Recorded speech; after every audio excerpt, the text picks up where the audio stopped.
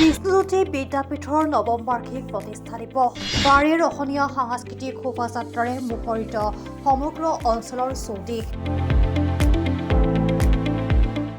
অনুষ্ঠানৰ লগত সংগতি ৰাখি শিল্পী দিৱস পালন আৰু গণশিল্পী ৰাজীৱ শদিয়ালৈ শ্ৰদ্ধাঞ্জলি। শিল্পী দিৱসৰ দিনটোতে আত্মপ্ৰকাশ ঘটা গোলাঘাটৰ হাতীয়েখোৱাস্থিত বিষ্ণুজ্যোতি বিদ্যাপীঠৰ নৱম বাৰ্ষিক প্ৰতিষ্ঠা দিৱস আজি আড়ম্বৰপূৰ্ণভাৱে আয়োজন কৰা হয়। লগতে শিল্পী দিৱস উপলক্ষে আজি বিদ্যালয় চৌহদৰ পৰা শিক্ষক, অভিভাৱক আৰু ছাত্ৰ ছাত্ৰীৰ এক বৃহৎ সাংস্কৃতিক শোভাযাত্ৰাৰে হাতীয়েখোৱা চাৰিআলিত সমবেত হয়। ৰাজধানীৰ কাষত অনুষ্ঠিত সভাত গোলাঘাট পূৰ্বাঞ্চলিক মহাবিদ্যালয়ৰ অধ্যক্ষ হৰেণ হাজৰিকাই ৰূপৰ জ্যোতিপ্ৰসাদ আগৰৱালাৰ প্ৰতিচ্ছবিত বন্তি প্ৰজ্বলনেৰে মহান শিল্পীগৰাকীক শ্ৰদ্ধাঞ্জলি জনায়।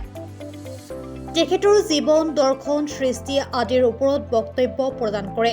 ইয়াৰ পিছতে গোলাঘাট জিলা সাংবাদিক সংস্থাৰ সাধাৰণ সম্পাদক গিৰীন বৰাই গণশিল্পী ৰাজীৱ শদিয়াৰ প্ৰতিচ্ছবিত বন্তি প্ৰজ্বলন কৰি বক্তব্য আগবঢ়োৱা পথ সভাখনত ছাত্ৰ ছাত্ৰীসকলে জ্যোতি সংগীতেৰে মহান শিল্পীগৰাকীক শ্ৰদ্ধাঞ্জলি জ্ঞাপন কৰে।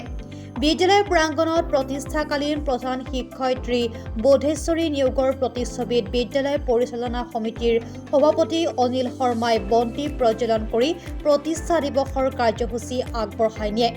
বিদ্যালয়ৰ অধ্যক্ষা কবিতা গগৈয়ে আঁত ধৰা কাৰ্যসূচীত ছাত্ৰ ছাত্ৰীসকলে বিভিন্ন গীত নৃত্য পৰিৱেশন কৰি অনুষ্ঠানটি জীপাল কৰি তোলে।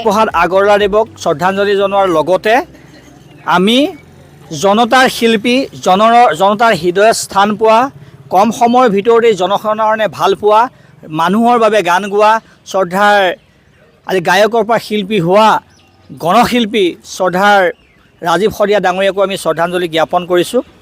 আৰু আজি তেখেতৰ মৃত্যুত আমি মৰ্মাহত হৈছোঁ। আৰু আজি আমি হাজাৰ হাজাৰ ছাত্ৰ ছাত্ৰী আৰু ৰাইজে হাতীখোৱা চাৰিআলিত ৰাজহুৱাভাৱে আমি শ্ৰদ্ধাঞ্জলি জ্ঞাপন কৰিছোঁ।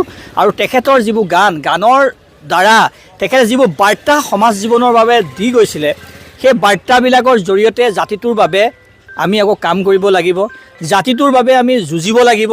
আৰু তেওঁ প্ৰত্যেকটো গান আমি হৃদয়ংগম কৰি তেখেতৰ মনৰ কথাবিলাক, তেখেতে বিচৰা তেখেতৰ কথাবিলাক আমি বুজিবলৈ চেষ্টা কৰিব লাগিব।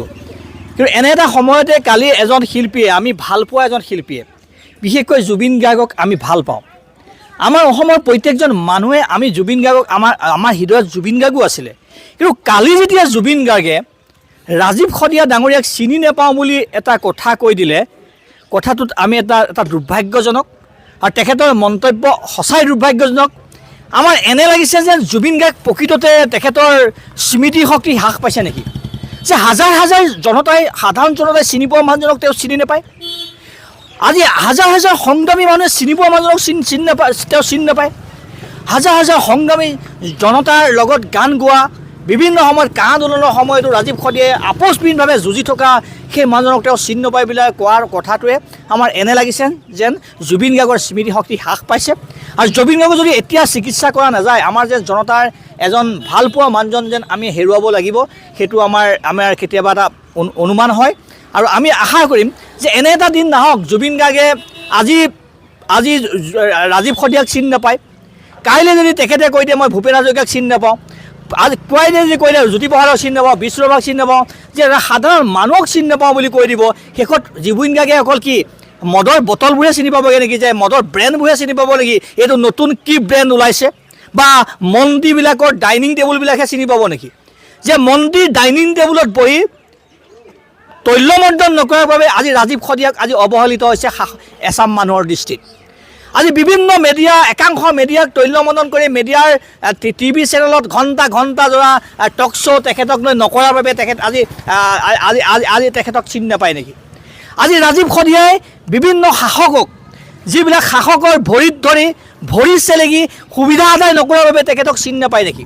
আজি কা আন্দোলনৰ সময়ত নিজৰ বিবেক বিক্ৰী কৰা বহু শিল্পীয়ে নিজক বিক্ৰী কৰিলে, বহু শিল্পীয়ে নিজক বিক্ৰী কৰি নিজৰ সা সুবিধা ল'লে, নিজক বিক্ৰী নকৰাৰ বাবে নিজৰ বিক্ৰী কৰি সা সুবিধা লোৱাৰ বাবে ৰাজীৱ শদিয়াক চিনি নাপায় নেকি।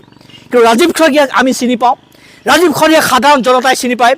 আৰু অসম থকালৈকে, অসমীয়া থকালৈকে, ব্ৰহ্মপুত্ৰ যেতিয়ালৈকে বৈ থাকিব তেতিয়ালৈকে ৰাজীৱ শদিয়া অসমীয়া সাধাৰণ জনতাৰ হৃদয়ত থাকিব।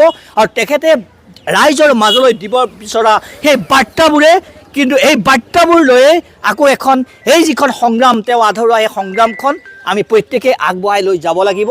জাতি আজি সন্ধিক্ষণত আজি বৰঘৰত আজি বিদেশী আজি তেখেতে যিবোৰ গানবোৰৰ মাজেদি যিটো প্ৰকাশ কৰিছে সঁচাই আজি বৰঘৰত বিদেশী আজি বৰঘৰত বিদেশীক বহুৱাই আমি বিভিন্ন আঁচনিৰ লোভত আজি নিজক যি বিক্ৰী কৰাৰ সেই পৰিৱেশ এনে এটা পৰিৱেশক জাতি ৰক্ষাৰ বাবে তেখেতৰ এই বাৰ্তাবিলাক তেখেতৰ আদৰ্শবিলাক আমাৰ নতুন প্ৰজন্মই সদায় জীয়াই ৰাখিব।